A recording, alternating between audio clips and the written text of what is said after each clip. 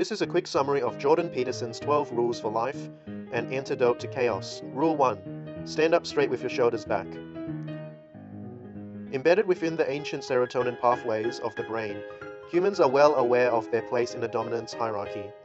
A dominance hierarchy is where those higher in position are more powerful, dominant, and reproductively successful. In nature, inequality exists as a result of competition and limited resources. This is shown in the economics of the Pareto distribution, where those higher up own more of the property and wealth, while those within the lower end of the hierarchy own less.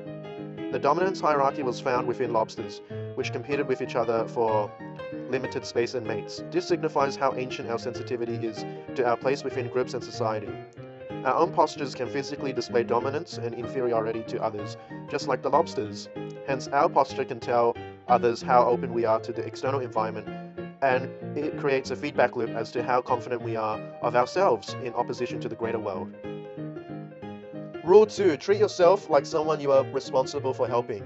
We are willing to help our pets and other people more than ourselves.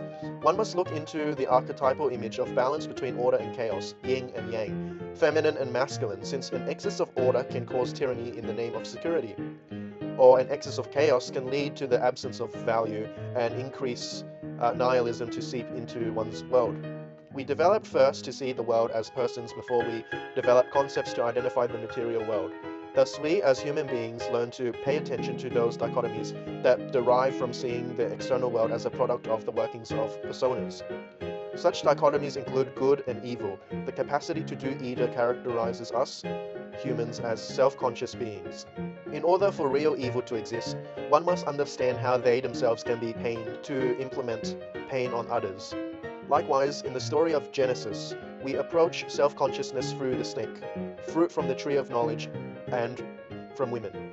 Evolutionary speaking, we have learned to be cautious of snakes, and the presence of ripe fruit have helped humans develop high-resolution vision, capable of seeing the color red. Women have helped to make men self-conscious in fear of being rejected by them.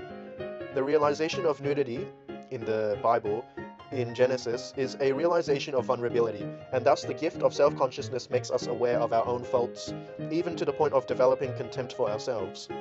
If we had valued and treated ourselves like how we care for others or our pets, our situation would have improved dramatically, since valuing ourselves like that of others leads to meaningful existence. As Nietzsche puts it, he whose life has a why can bear any how.